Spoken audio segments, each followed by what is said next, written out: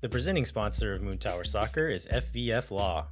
To find out what makes FVF a different kind of injury law firm, you can visit fvf.law. Hello, friends, and thanks for listening to Moon Tower Soccer. This week, we're going to recap Austin's frustrating loss to the Seattle Sounders. We'll also preview two pivotal matches coming later this week against Dallas and Charlotte. We'll also give an update on the state of the playoff race for Austin FC and what they need to do for the rest of the season. And we'll cover all the other Austin FC news of the week. My name is Landon Cottam, and I'm joined once again by Mike Cragnola. Hey, everybody. I'm Mike Cragnola. That's my best Jeremiah Bentley impression. It was spot on. You did a great job. So Mike, I know we usually stick to Austin FC news, but maybe this is Austin FC news. Greg Berhalter out as U.S. men's national team coach. I'm sure is very disappointing to him and his family.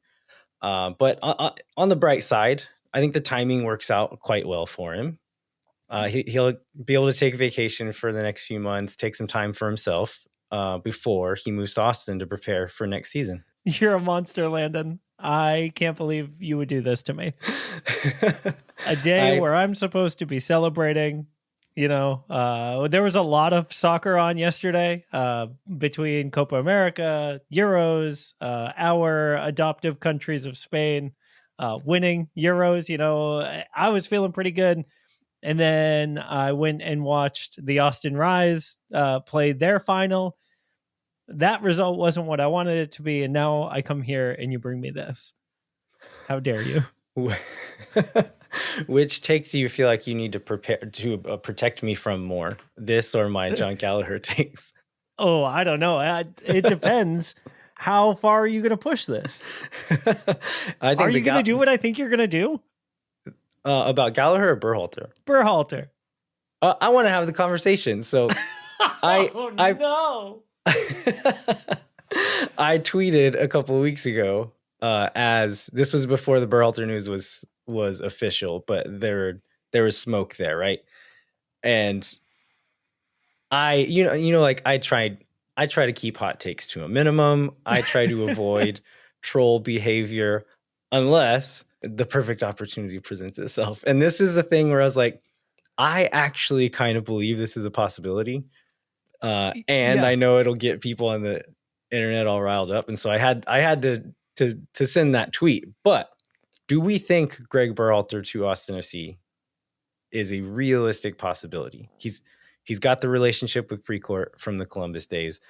From the way that they talk about each other and what I've heard as far as the Wolf Berhalter Precourt relationship is, they seem to all be on good terms still. And then he's got experience playing in the style that Rodolfo Burrell wants to play with his team. He has a pretty good MLS track record and overachieved with some pretty low budget teams in Columbus. Like, do you think it's possible? I hate you. Yes, I think it's possible. I think there are a lot of problems. And I think the first one that we would have to solve is like what the status of restraining order against the Reynas the Berhalters have is. Because like that throws in the problems of the academy, and we know that the Reynas are still in town. So like, there would be a possibility of Greg coaching the next son if that's what I'm moved saying. Up into the first team. We have to figure this stuff out before we can hire Greg Berhalter. And so I think just for everyone's ease, right? I think Greg Berhalter needs to coach a PSV Eindhoven type team, and then come back to MLS or America as a coach maybe later. Yeah, so on the whole situation, I think this is kind of applicable to Austin FC's situation as well. But Wes Burdine, who's the owner of the Black Heart of St. Paul in next to the Minnesota United Stadium, put out a tweet last week, and it sums up my thoughts on the Berhalter situation quite well. And so I'm just going to read what he said. And he said, "I think the USMNT moving on from Berhalter had to happen, but I'm fearful for the US fans out there who will have to get a new personality." Yeah, and like that alone is reason enough for me to not want him here. Even if he had won with Columbus and those bad roster teams, like, I don't care. I'm just so, I don't want to open whatever social media and have to deal with it.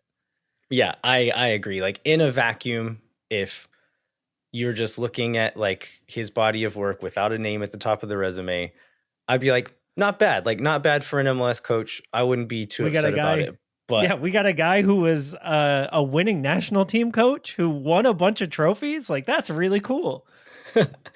But yeah, I'm not so into the idea. I wouldn't say I'm into the idea at all, but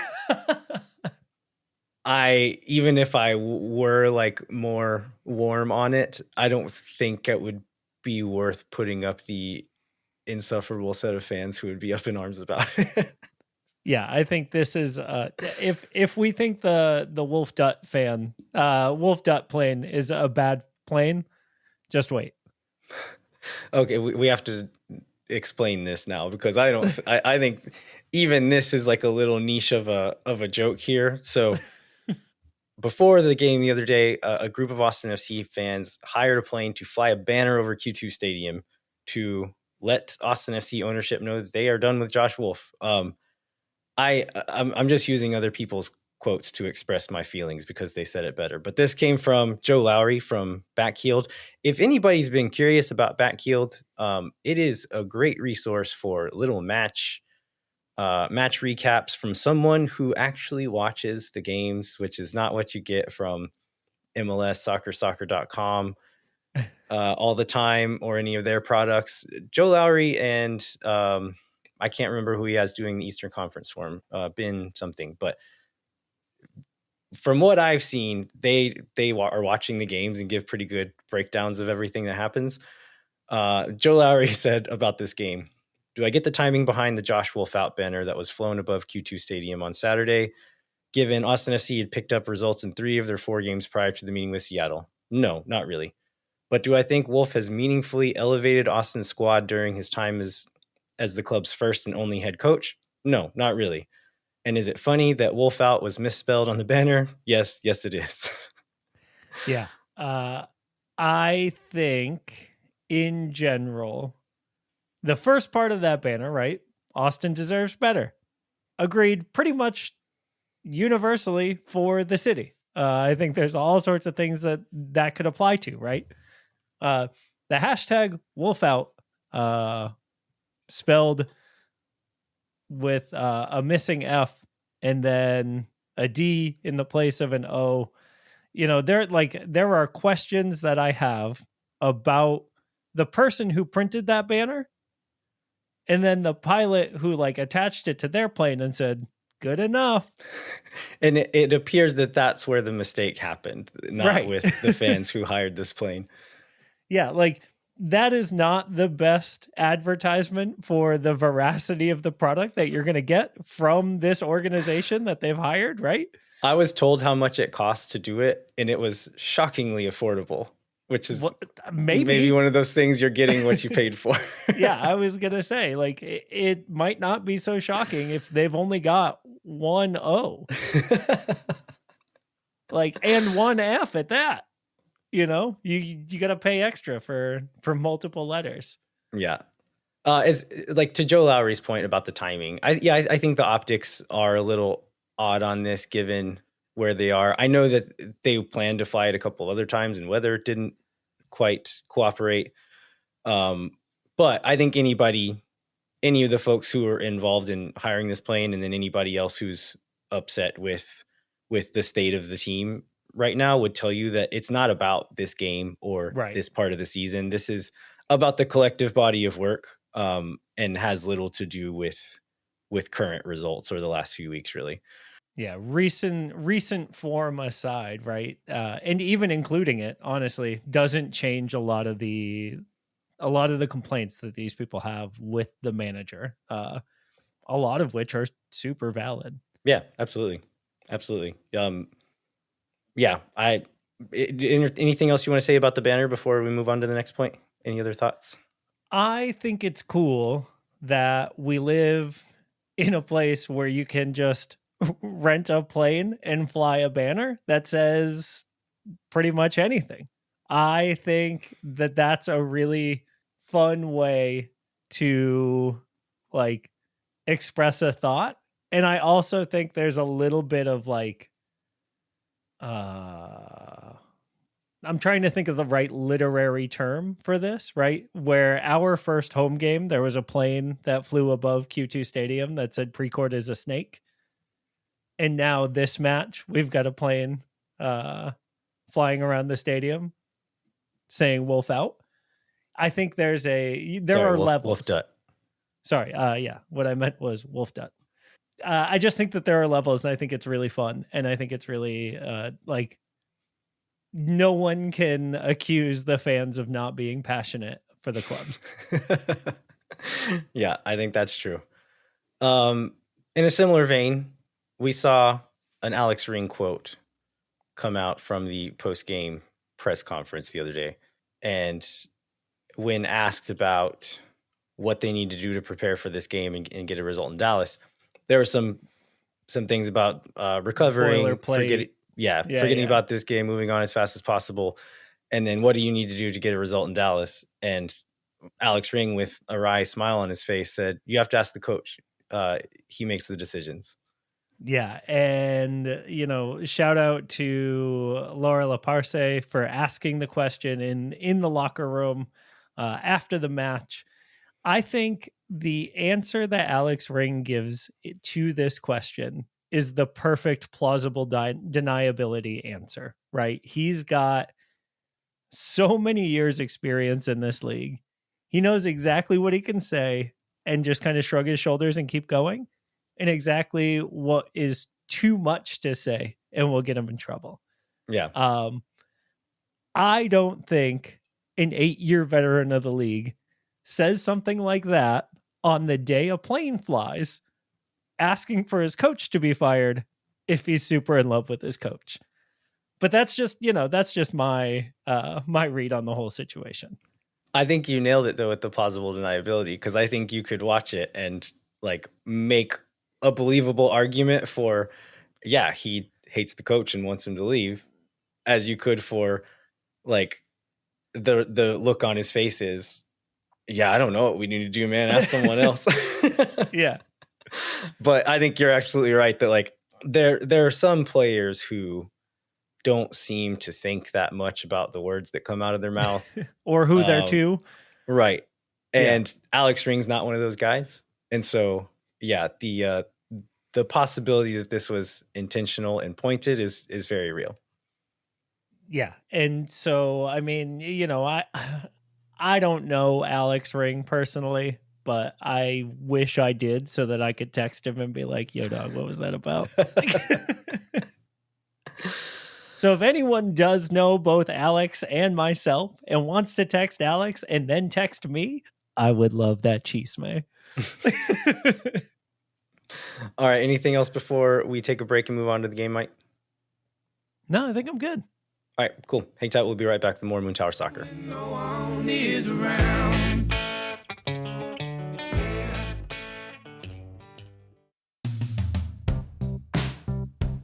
Moon Tower Soccer is brought to you by our friends at FVF Law, the official injury lawyers of Austin FC.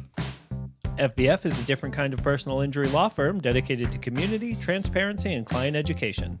And they have their own podcast called Summary Judgment. Check it out wherever you get your podcasts. You can go to FVF.law to find out what makes FVF a different kind of injury law firm and why understanding your legal options can dramatically change the outcome of a case. Once again, that's FVF.law. Amplify Credit Union is a member-owned financial cooperative that served the needs of Central Texans for over 5 decades. As a credit union, Amplify has no shareholders or parent companies. That means more of your money stays in the community. Amplify has been the home of fee-free banking since 2022. Their fee-free checking accounts come with 0 overdraft fees or minimum balance. That means Amplify's fee-free checking accounts help you get more mileage from your everyday spending. Amplify membership is open to any Texas resident. Learn to trust your bank again at Amplify Credit Union. To learn more and to register for free parking at the Amplify Esperanza branch on game day, go to www.goamplify.com/moontower-soccer.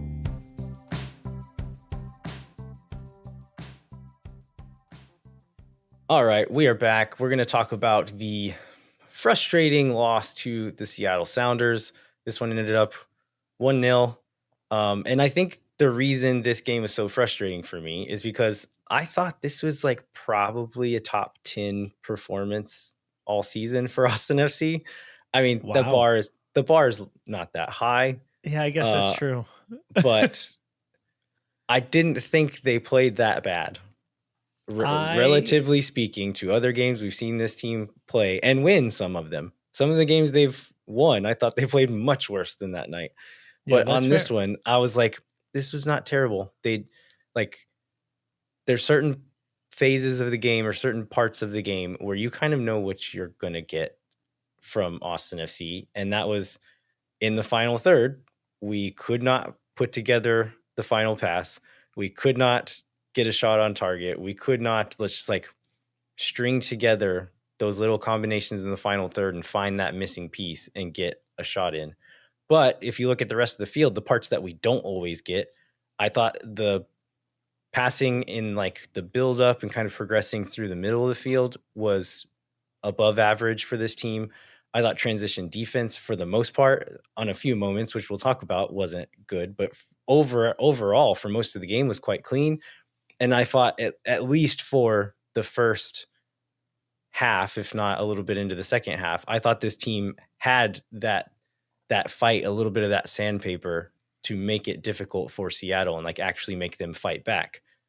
This is the first time I've ever seen sandpaper used that way, but I love it because, grits, like that's really good. I think I stole that from somebody. It might've been Matt Doyle, but I don't remember who it was. Everybody's got a win in them somewhere. No, I thought overall, I left the first half thinking, yo, we're taking it to them. Let's go. And then the second half happened. Yeah. I think there's a few moments that were turning points, and we'll get to those as we get into more of the match details. Let's go back to the beginning and kind of go to the pregame storyline. So we had a clean availability report, which was good to see. And there are actually choices to make for the match day roster. So there was only one goalkeeper on the bench. Jimmy did not make the match day squad. And so we're back to a point where it's not just, okay, if you're on the first team and not named Michael Burton, then you're going to sit on the bench. If you are on the first team and over 17 years old, you're in. If you can drive after midnight, you're in. And then as far as choices in the starting 11, I think really it was if Julio would jump straight back into center back, which he did. And then if Danny Pereira would go straight back into the team, which I think we kind of assumed that would be true, and he did. And then the other thing was if Jossie Zardes had earned a start with his brace last week, and he did for that one as well. So we ended up with Gallagher right back, Cascante, Heinzike in the middle, Beer at left back, Pereira, Ring, Driussi in the midfield, and then Obrian on the right-hand side, Zardes, a striker, Wolf on the left-hand side. Was there anything about this lineup that kind of like keeping in mind where we're going? Was there anything that was even a little bit kind of surprising about this, or was this basically what you expected? No, I mean, yeah, this is honestly what I expected. My main question mark was Cascante, if he would slot straight back in. But the rest of it is really what I expected to see, just because like Ethan Finley hasn't showed lately that he deserves a start. I don't think Owen Wolf played so well last week that I think you keep him on the field if you can. And then Danny Pereira was just so obviously missing from this team the last few weeks that you have to play him. Yeah, I think I would not have been surprised knowing that Bukari and Desler are coming in so soon if we had seen Obrian on the left with Owen first off the bench. Yeah, That'll be that'll be interesting to see as they work those guys in to see how they do it. But Obrion has played quite a bit on the left, so it's not like it's going to be completely new for him if that's Right. where he ends up being. So I feel I would understand that, but I feel like now do what you think's going to help today, because we need help today. We need points today. Yeah. If you look at the stats for this game, they play into the idea that this was a decent performance by Austin. They had 57% possession, and this was not entirely. Would you call this game? Let's say all of it. Would you say this was a heavy horseshoe of sadness game? Not heavy, but I do want to fly a plane that says pass the ball to the striker. And so I don't know, There's a lot of it that, if you look at these pass completion charts with the little lines drawn between players who completed passes to each other, you get that shape. But a lot of that I felt like was in kind of intentional buildup, because Seattle was playing that mid-block defense and Austin was being careful not to play into their traps. And so I think a lot of it was working the ball up and getting past those first lines until you settle them back in. The horseshoe of sadness that I think of is when we are in the final third and pass it to one winger and then pass it back across the midfield and pass it to the other winger and never get in the box, never do anything else. And I think you could say that happens some, but it wasn't like what I think of as the stereotypical horseshoe. Yeah, I think we linked up a lot more with the midfield. It was just so deep in that middle, right on the line of the final third and the front of the middle third, right on that border, It was a lot of linking up with the midfielders in that space and then back out to the back line. But Landon, if we're not going to pass it to the striker, what if we just don't play with one? And what if we just put another guy in the midfield where we're going to play the ball to? Did you see moments where, I don't know the answer to this, how to fix it, but were there moments where you saw Gyasi Zardes open and wish they had passed it to him? Because I don't feel like it's a decision not to pass it to him. I think it's we're not passing it to anybody in that part of the field and not able to get into dangerous moments. And that's where he stands in that part of the attack. I guess that's what I'm trying to get at, right? Is if we're not going to pass it to a guy up there, make him stand somewhere else. What happens if we do that? What happens if we get a guy who stands closer to the midfield and then we can create overloads there and have our wingers crash the box? My answer is, if players aren't good enough to make a difference in the final third, it doesn't matter where you make them stand. So that's not entirely aimed at Gyasi Zardes either. It's aimed at the people who are supposed to be passing the ball to Gyasi Zardes. Right. I was going to say, if he's standing where he's supposed to stand, it might not be his fault. Yeah. We won the possession game 53-47. We won the shots game 13-9. They beat us on target 6-4 and XG, but we hung in there stats wise. Seattle played a game midweek in the Open Cup. Oh, and then they play again this coming Wednesday. And so we got a little bit of rotation from them with Jordan Morris and Albert Rusnak on the bench. And then Christian Roldan stayed in Seattle to be with his expecting wife. And it's Seattle came to Austin and they played the kind of game that Austin tries to play on the road, but just did it good, where they sat in that mid block.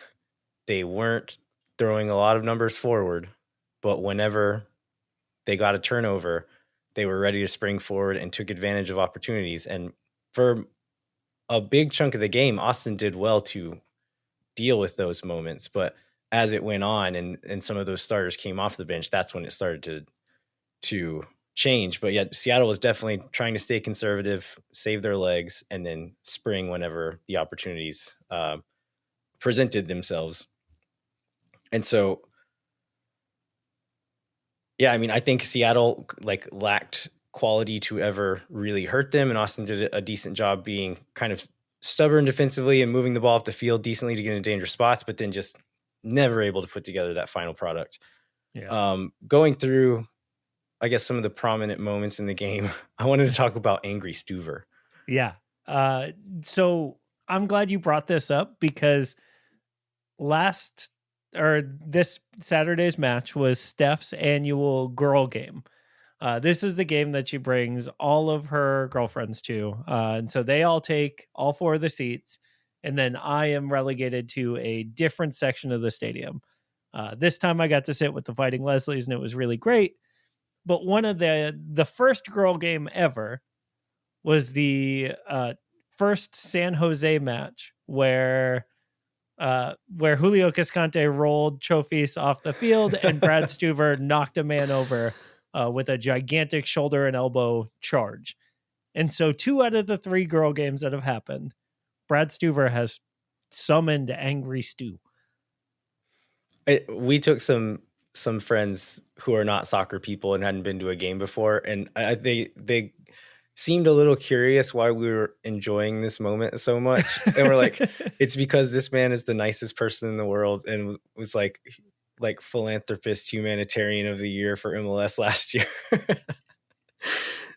Yeah. But Rothrock our comes supporters through. groups have named a humanitarian award after him and award it to him every year. Like, this is not a guy who does this. So Rothrock comes through the back of Alex Ring as he's going up to head away across, and Stuver comes flying just like with like what's the Righteous guy Fury in Street Fighter who has the fast hand slaps to the chest? Oh, E Honda. Yeah, obviously. E Honda, like E Honda barrage of slaps to the chest and a bunch of very angry words. And the funniest part was they eventually pull Stuver off and Rothrock walks away, and then Alex Ring goes over and shakes his hand. To me, the funniest part was when the ref goes to Stuver and is like, yo, what was that about? Like, the ref clearly is not going to give Brad Stuver a yellow card. This is not a man who like has the reputation to get a yellow card for anything. He does not need to be controlled. Right.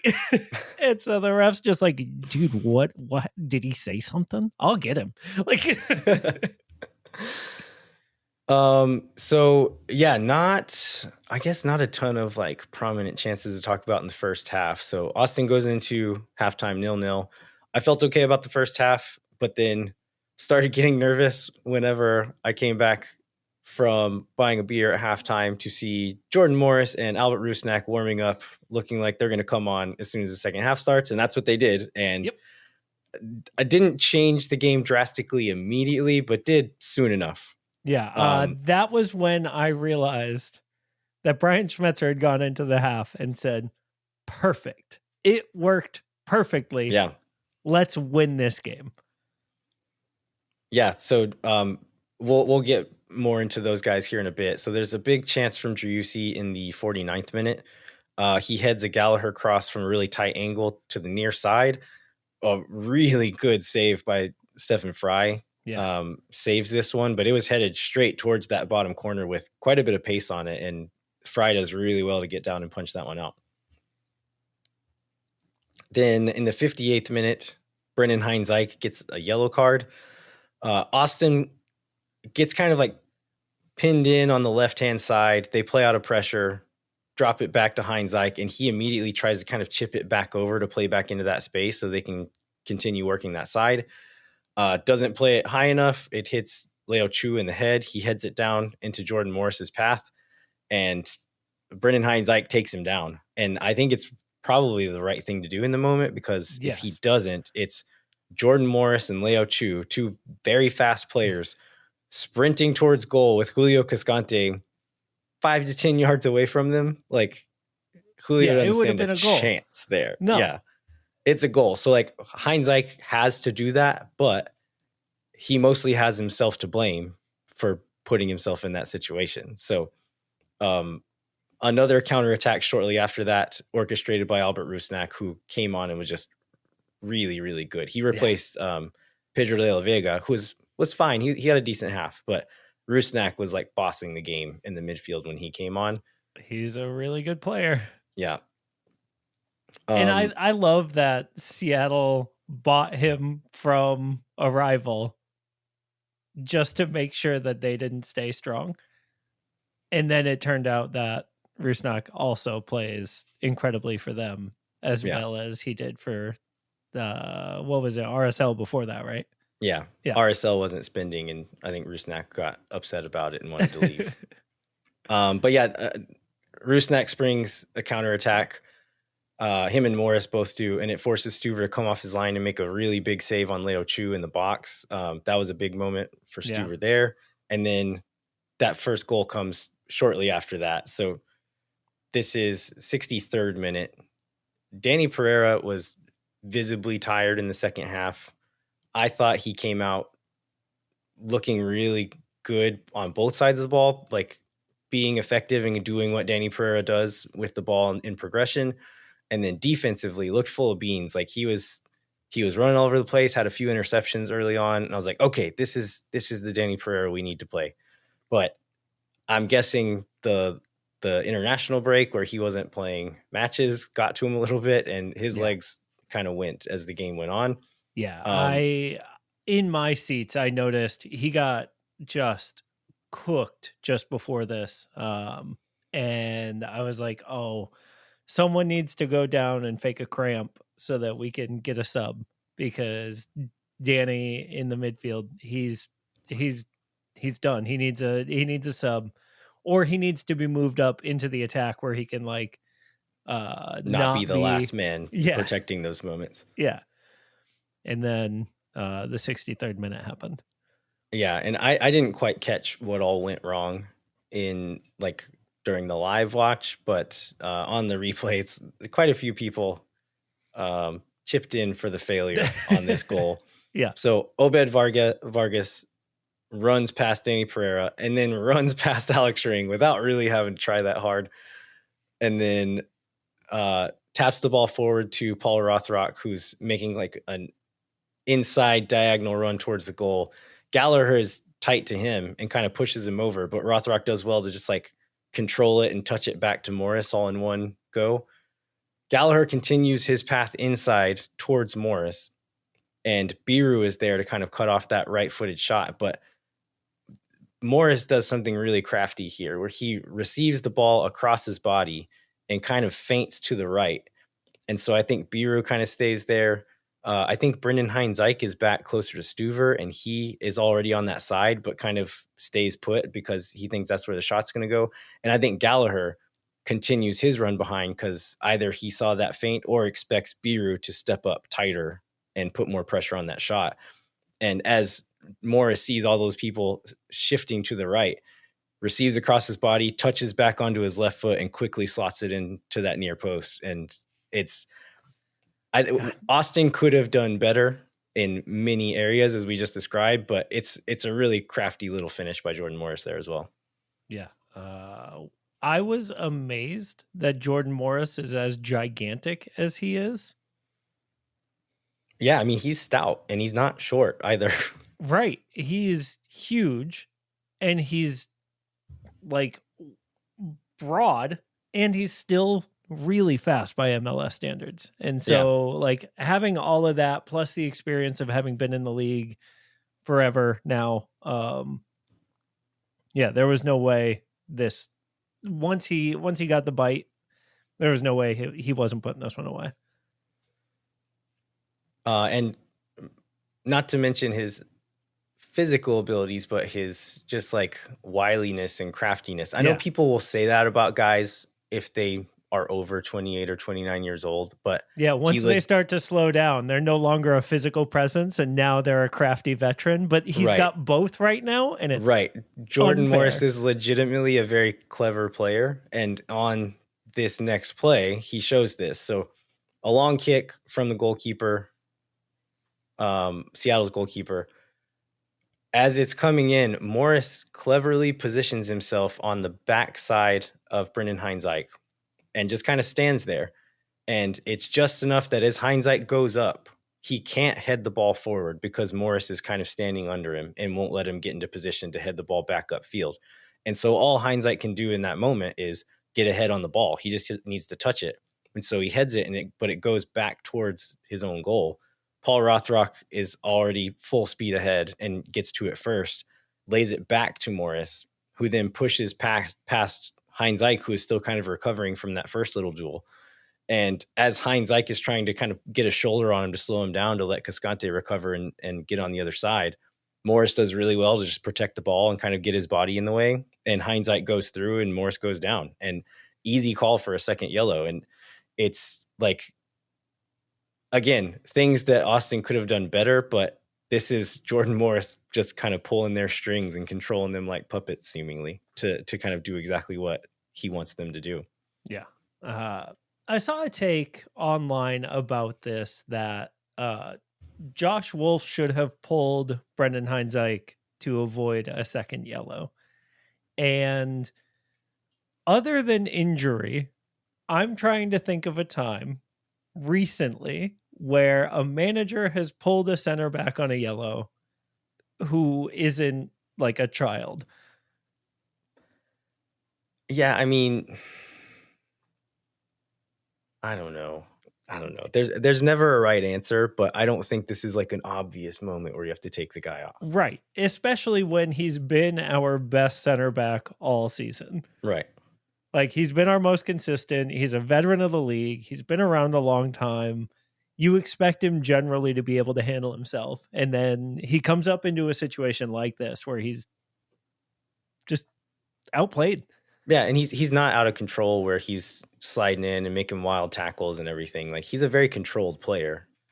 And so you would expect him to be able to see out a game, or at least like the next little stretch. Yeah. Because maybe he would have been subbed out after this, but yeah. Any hopes of a comeback kind of start to fade after the red. On the free kick right after this foul, Rusnak hits smashes the crossbar, and Austin's lucky not to be down 2-0 at that point. So a red card and then a goal from the following free kick would have been even more of a gut punch than just the red was. Yeah. So they had a sub ready to go on. Finley already had his jersey on and was ready to come as the red card was given.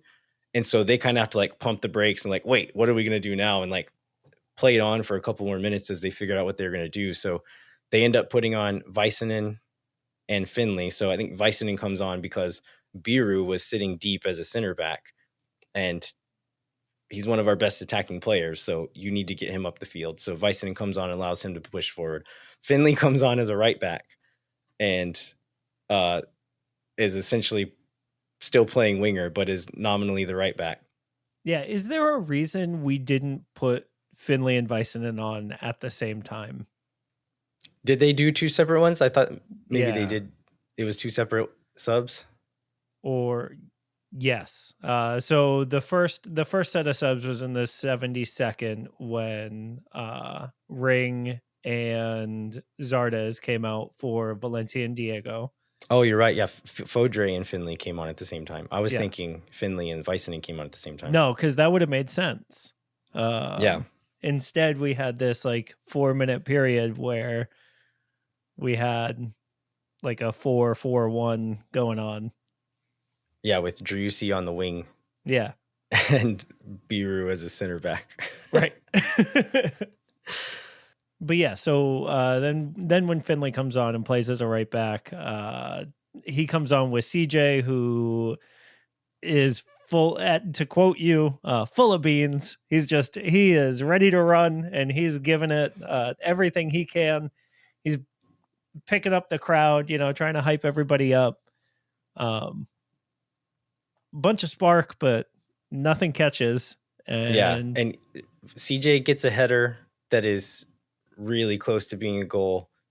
And then Väisänen gets a header that was a decent chance as well, but not able to get him in.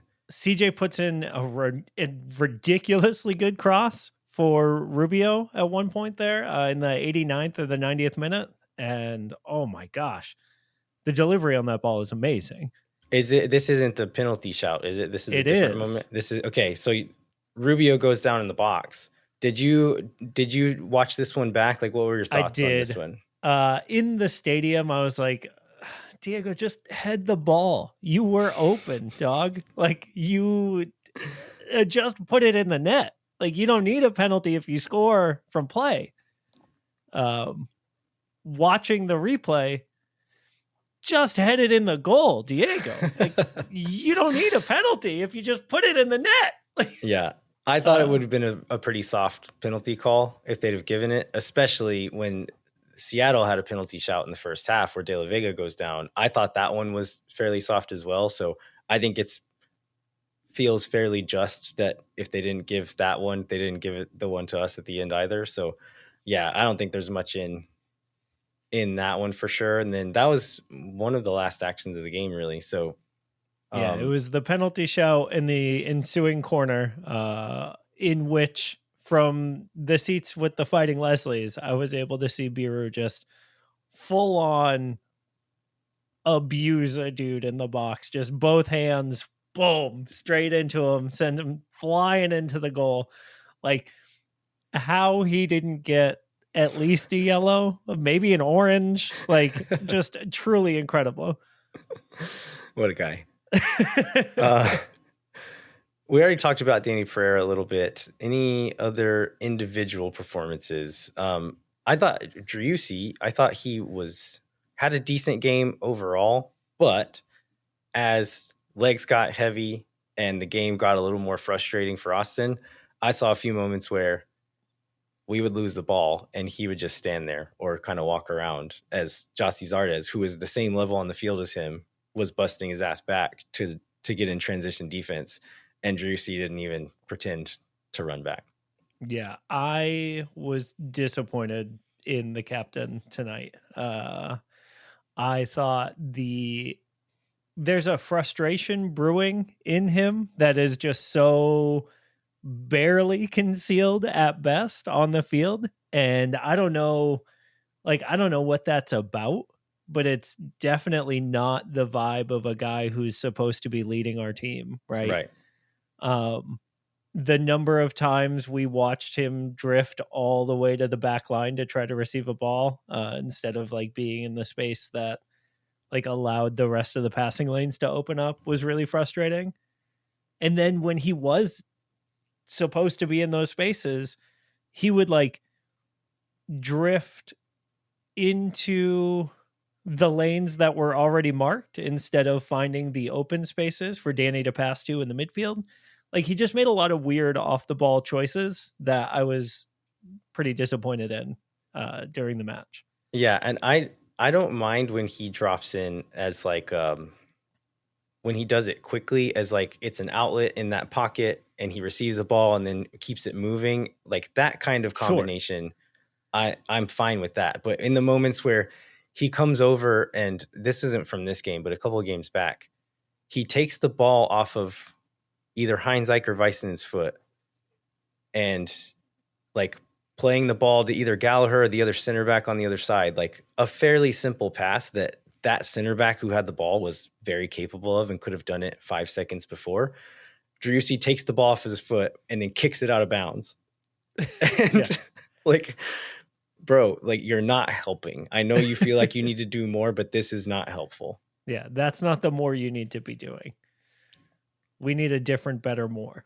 Yeah. I want to talk about CJ Fodrey for a little bit. Yeah, I want to hear your take on this, because I think CJ is fascinating in 2024.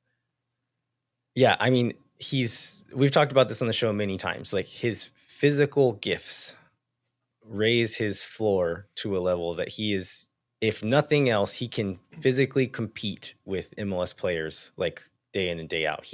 That's not a problem for him. I think his decision making and kind of his awareness, like situational awareness and like spatial awareness as far as where he's supposed to be and where both on the ball and off the ball. And then as far as when he receives the ball, when is it time to take a guy on and when is that not the right thing to do? And CJ seems to think it's always the right thing to do. And just like doesn't come off most of the time. Yeah. That being said, he just has these special things that nobody else on the team has. And so like, if this were a different team and we had more options and like Ethan Finley were playing better, I'd be like, no, I'm good. Like, let's put him on if we're losing. But I don't want him to start. I don't want him to come on if we're winning or protecting a result. But if we're losing, throw him on. He's one of our best chances to get a goal.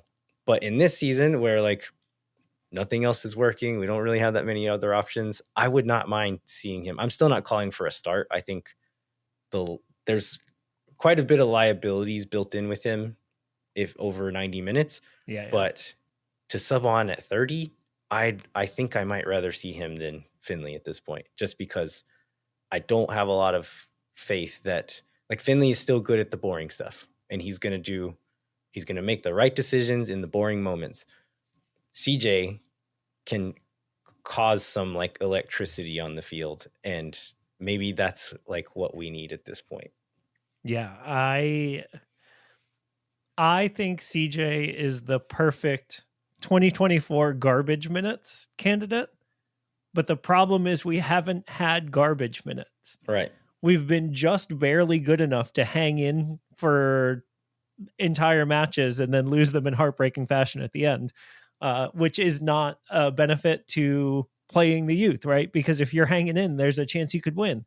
And those games are usually like dirty. Like you need grit in that game, and that's not what CJs are for. Right.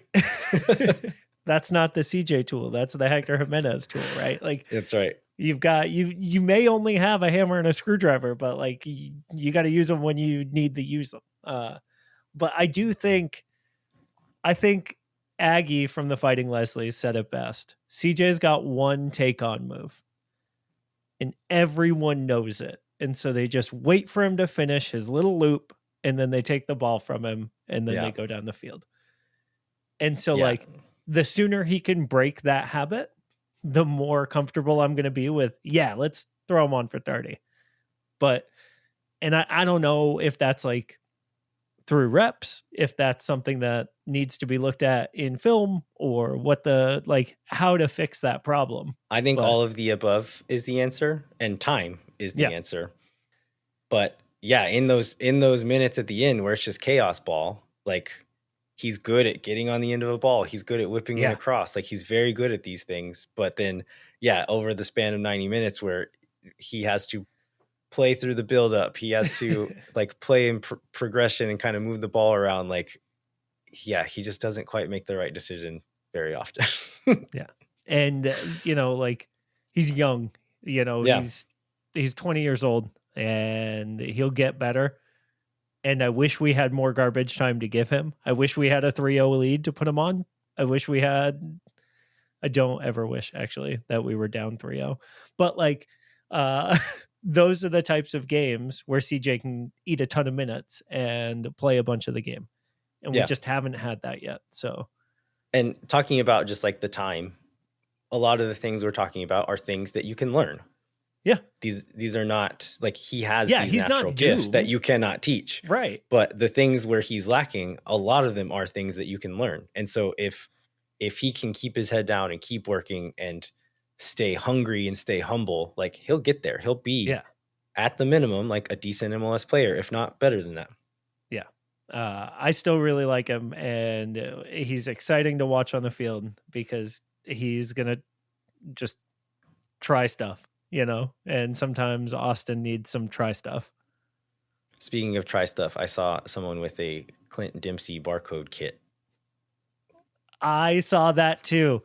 Dempsey 2? Yep. I saw that one. On an Austin FC barcode kit. Let's try it. Honestly, I bet you still got minutes. It made me think like, maybe that's what I should do. I'm just going to get an Andres Iniesta Austin FC jersey. He can't let me down, right? Honestly, though, Deuce could put up some minutes for us right now. He'd solve the captain problem right away. Yeah, for all I know, he's still banging in goals in Japan. I don't know what he's doing right now. No, Deuce is making his money on the TV. No, I meant Andres Iniesta. Oh, yeah. All right. Well, let's end on a positive note. There was one thing that I was encouraged by the other night, and it's how much more consistently we are connecting long diagonal switches. I think it's a thing Beer that is so incredible at it.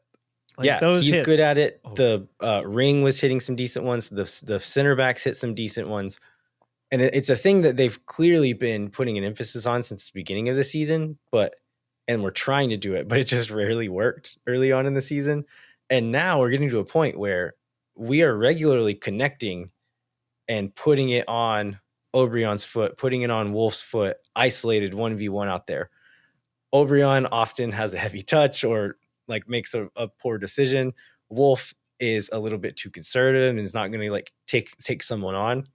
But imagine Osman Bukari in that situation where he does have a decent enough touch to bring it down cleanly and be ISO'd with the weak side fullback and take a dude on. Like, I cannot wait until that is what we are seeing, because that turns it into a different ballgame.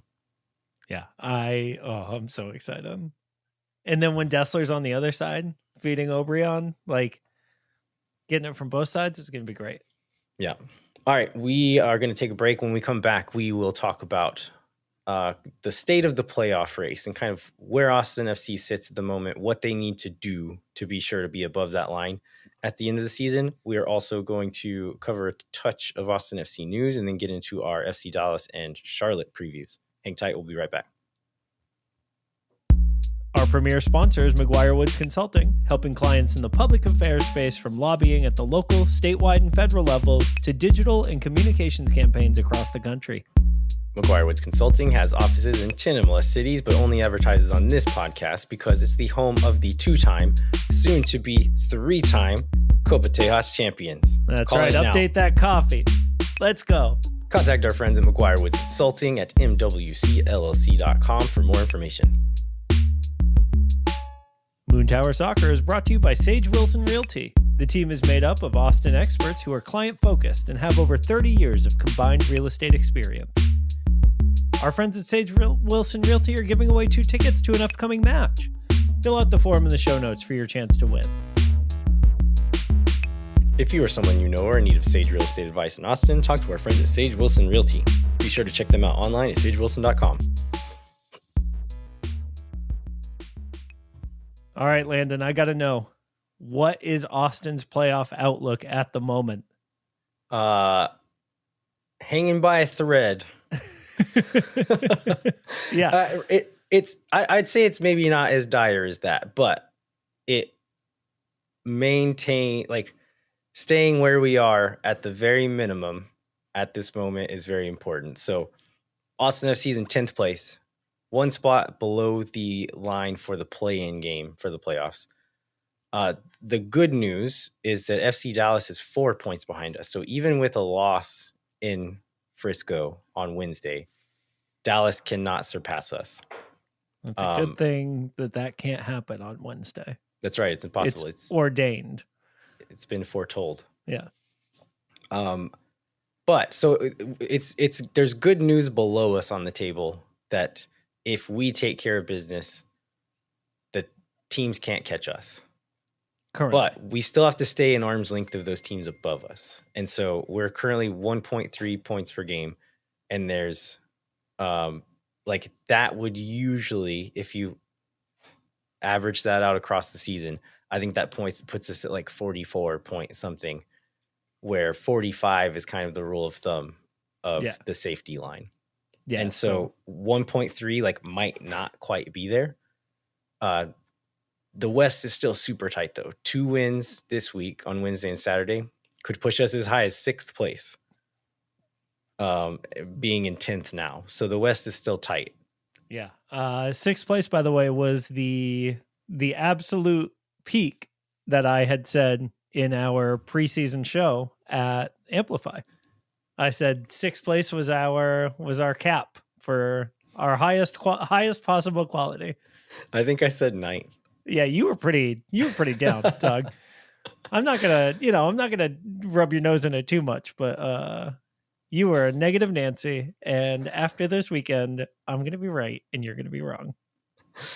So I said that we don't have to win in Dallas to keep them behind us, but it would go a long way to helping like further the gap between us and the teams behind us. And then any points are going to be helpful, just like keeping us in that middle of the pack in the West and taking some of the pressure off the new boys for whenever they finally start playing, because like they're going to help us, but they're not such world beaters that just plugging in 2 or 3 guys is going to push us to 2.5 points a game or whatever. Like it's still going to be a fight. And so the more we can get now, the better position we're going to be when we do have these guys in place. Yeah. I think it's going to be tight this week, and hopefully these new guys can help us out for one of these matches. Let's talk about the Frisco game before we jump into talking about the new boys and kind of what we think their status is for the Charlotte game. Okay. So do you want to catch us up on FC Dallas? Yeah, so Frisco is currently in 11th place in the West on 26 points. 4 points back of Austin FC in 10th by way of a 7-5-11 record. Their most recent form is 2 losses, a win, a loss, and a win, with an Open Cup quarterfinal loss to SKC in the middle there. They did the fantastic, only in MLS, played a team twice in a row with SKC and lost both of those. So pretty spicy. But they 120 minutes in the Open Cup game. Yeah. But and then they only rotated a couple of guys in the MLS game as well. So it might be a little leggy coming into this week. Maybe. I mean, they beat the Galaxy 2-0 this weekend, and Peter Mosa is now on 12 goals after starting very slow. He's got 8 in his last 7 matches, and he came off after the first half. So, yeah. And that didn't appear to be an injury that's going to keep him out of this one. So, yeah, he's their most deadly guy right now, and he should be pretty fresh. Yeah, he only had to play 45, but he did play the whole 120 in the Open Cup, so hopefully that drew him out a little bit. Jesus Ferreira, Liam Fraser, Patrick Delgado, Alan Velasco, a bunch of players still injured for now, so that, ultimately a decent sign for us. But we are 3-2-6 all time against Frisco. Scoring 15 and giving up 18. One interesting thing to look out for, so they had their coach fired. The new coach comes in and kind of shifts up their shape a touch where he's putting certain players, not too drastically, but they've kind of all season shifted in and out of like a back 5 with wing backs, or sometimes it's a back 4 and one of the left back, usually Sam Junka, if he's there, will kind of stay deeper and play as kind of a center back, full back hybrid.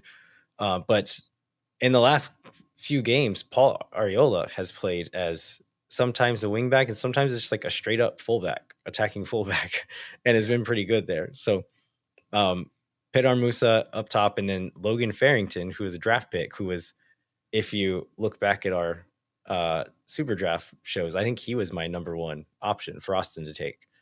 And no, he wasn't a center back or boring. There's no way you wanted a striker. If he wasn't my number 1 choice, he was on my top 3. I'll give you top 3, but maybe Nate Jones was actually my number 1. Nate Jones was your number 1 for sure, and that guy plays with Rapids too. And don't you forget it. But yeah, Farrington has been a good role player for them this year. And then Asier Yaramendi, they have a bunch of midfielders out, and Ferreira being out. Asier Yaramendi he's a little older. He's not like a super dynamic attacking presence, but he is a super classy midfielder on the ball, and him and Sebastian Lletget are still really high quality players in that midfield. Yeah, Yaramendi right now in the 98th percentile of both touches, and he's dropped to the 97th percentile of defensive actions. So he's washed. Forget him. No, it's gonna be tough. But so what does this mean for Copa Tejas, Mike? Yeah. What needs to happen? We're in position to win Copa Tejas with a result on the road. So if we draw, or win, we should come away with the Copa. Now, Landon, is it funnier if we draw, or is it about time we actually win it with a win? Yeah, the best result is a win, but the funniest result is a draw, and we win Copa Tejas on a draw again. Okay. Yeah, because we can't win it on a loss this year, but we can win it on a draw, just like the first time we won it. And if we win it in Frisco in 2024, who is the player most likely to do the Ruben Gabrielson Memorial Worm? So we have to scratch off people that I don't think are capable of doing it. But and it can't be Brendan because he's suspended for the game. I think it needs to be Danny. I don't know if anyone else could even try. I think it needs to be someone who knew Ruben too. Yeah. Yeah. That I have that video on my phone still of being in the stands and watching the players just like dancing and hanging out, waiting to figure out what was going to happen, and then ending up out in the parking lot, and then Alex Ring trying to fight a security guard because he was mean to the fans. So awesome. I'll never forget standing on top of a golf cart with you and Steph watching that happen. That's right. From a safe distance. All right. Anything else on the Dallas game before we move on to Charlotte? Frisco's garbage, and we need to beat them, and they're my enemies forever. Amen. All right. Catch us up on Charlotte. So we've played them once. Yeah. Period. Back in last 2022. Year, or was it 2 years ago? Okay. It was June 30th, 2022. We had a 1-0 win away at the bank. We cashed that check, and they are currently in 6th place in the East on 35 points. They've got a 10-5-8 record. They've had a little bit of mixed form recently as well, with a draw, win, loss, win. But they did just beat Cincinnati 3-1 without their leading scorer, who was suspended for a red card. Yeah, Patrick Agyemang has been really good this year. Yep. And then they also have Liel Abada, who was linked tenuously with Austin FC. That seems more rumor than report if we're going on the Tom Bogert scale of veracity. Yep. Didn't stop me from deciding that he was going to be our best winger of all time. But he's been decent for them, coming in and had some decent numbers since he started. And then they have these two like surprise center backs who Adilson Malanda has heard been of before this year, really. God, he's been incredible though. And he's apparently getting sold for millions of dollars somewhere. But they do Andrew not. Privet. But I think both of them just got contract extensions for that reason. That somebody wants to buy you, we're going to keep you here and sell you for as much money as we can. Yeah, Malanda, they have reportedly rebuffed every offer that has come through to try and take him in the summer. They only want to sell him in the winter. So the likelihood that he is here on the 20th, unfortunately, is high. But he's very good. Andrew Privet, also very good. Both of them under 23. I think Malanda's 22. But I think that's right. Man, really stout defensively. Makes their keeper look really good. I mean, Kalina's good on his own also, but looks much better with a strong defense in front of him. I'm just saying, Austin FC could use that as well. It's that have you seen that meme of, Lord, I've seen what you've done for other people, and I want you to do it for me. It's that. So we'll see whether we get some of that. Yeah. That said, Charlotte is currently 26th in the league in goals per match at 1.2, but they are second in goals conceded, giving up only 1 per match. Austin's numbers are 28th and 12th in those stats. So less good, you're saying? In both ways. But it doesn't matter, Landon. It doesn't matter because Bukari and Desler are coming and we're winning every game and we're going to be crowned the 2024 second half champions. It's going to be created for us because we're so much better. Right. So we'll see. So right. I have to give a shout out to Profe, our friend Profe.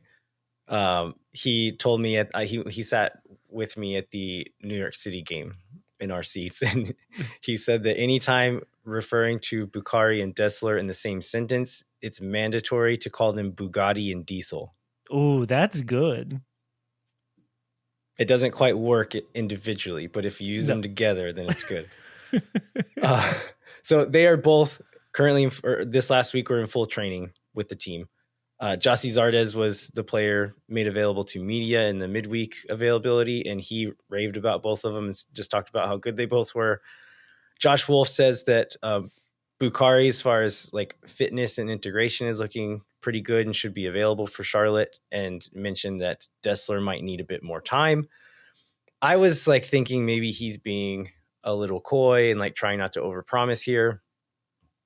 But looking back at like when they got here, when they last played, yeah, I'm starting to think that like we should probably pump the brakes a little bit on how excited we are to see them in the Charlotte game, because like Bukari played in May, like the end of May was the end of the Serbian season. He then went into camp with Ghana, but did not play in a match.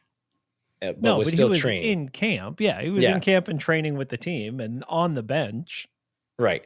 So for him, like, I think it's more about preparation and integration than it is fitness, but fitness is still a concern. Like, it is still something to consider as little as he's actually played. Like, playing matches is the only way to get match fit, and he has not done that since the end of May. Yeah. I think we see a half from Bukari. That's my guess. I think that is that's the most we're going to see is a half. I think it's probably more like 30 minutes. Landon? Desler, on the other hand, so he last played at the end of May also, did not play in any camp. He's been on vacation and moving and got married, and so he has been off longer and has only been in training for a week. And so, like, after really looking at the numbers and what, like, just kind of sports science norms are and how quickly you're able to get guys in, I think we should prepare ourselves for, I was hoping for 45 for Bukari, 30 for Desler. I think now we should maybe expect 30 for Bukari and potentially none for Desler in this game. So you're saying a start for Bukari and maybe a half for Desler. Is my mic working? Is that what you heard? I just, that's what my heart has been hearing for going on 2 months now. And it's really, you're right and boring. And that's my least favorite. Mike. That's my least favorite brand of yours. I mean, I just don't want you to get your heart broken, Mike. It's too late.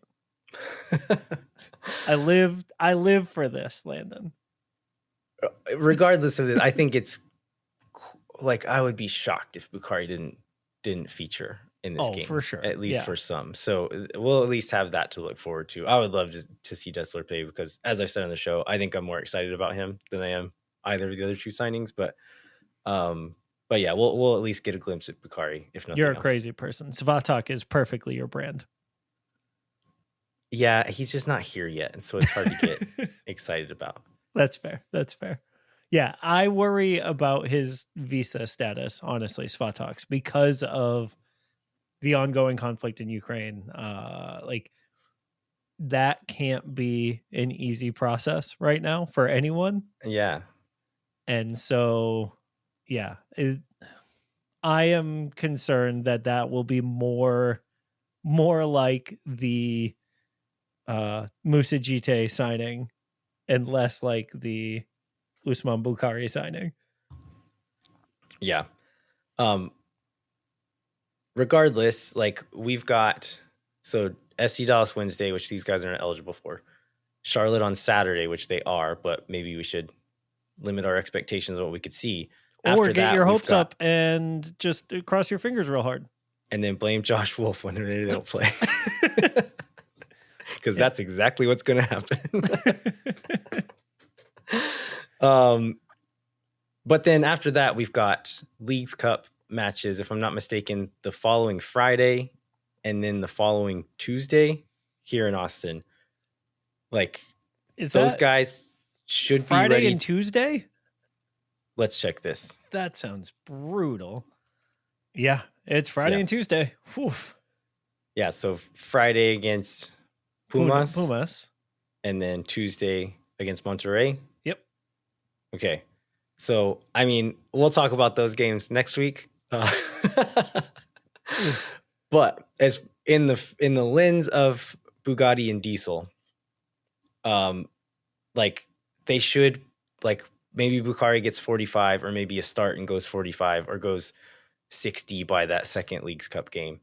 And then Desler's working in 30, 45 or so in one of those games. And then if we push through, like if we make it out of the group by some kind of miracle, we'll get another game. If we don't, we then have until what is the date here? August 24th.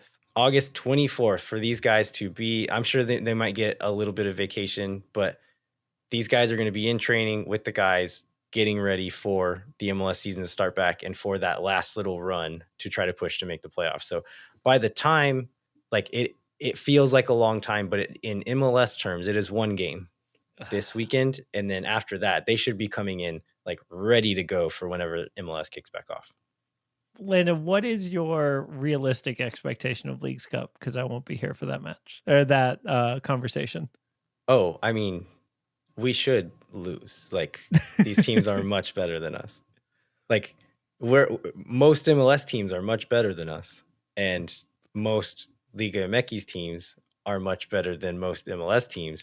And these are two of the best Liga MX teams, right? Historically speaking. So we should lose, but who knows? Who knows? I think we're gonna win it all. And I love you for that, Mike. God bless you. Because it's the most like ridiculous concept. It would not shock me if it happens. I mean, yeah, this is soccer, and this is a tournament where these teams are coming on the road. They're technically, one of them is technically the home team, if not both of them for these games. They both are. They both are the home team.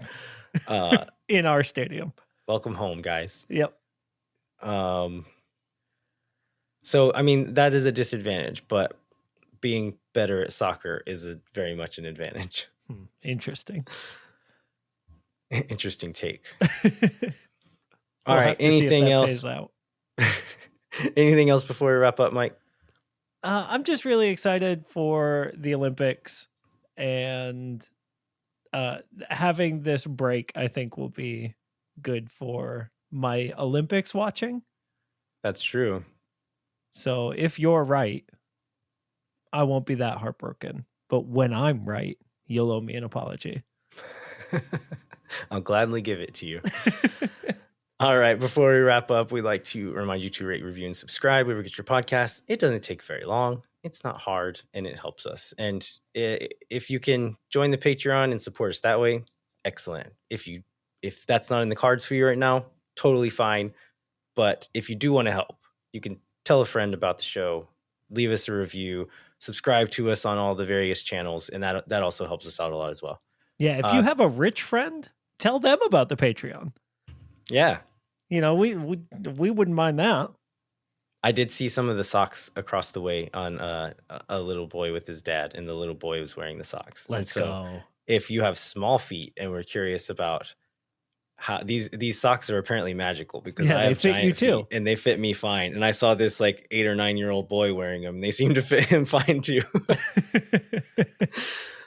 But yeah, come find us on the internet. I'm at LVHero87 on Twitter, and then Mike is at FutureX Skeleton everywhere, and then we're at Moon Tower Soccer on Twitter, Instagram, YouTube, and TikTok. Thanks so much for listening, Mike. Thanks so much for filling in with Jeremiah. I think he's back next week, right? Yeah, he's back from summer vacation, from summer camp, and I can't wait to hear about his adventures. All right. Well, we appreciate you being here, Mike. It's been fun as always. Listeners, thanks so much for listening. We will be back next week with a review of both the Dallas and Charlotte matches, and then we'll have previews of the Leagues Cup and how we think those games are going to go. Until then, I'm Landon Cottom. And I'm Mike Cragnola. We'll catch you next time. When no one is around.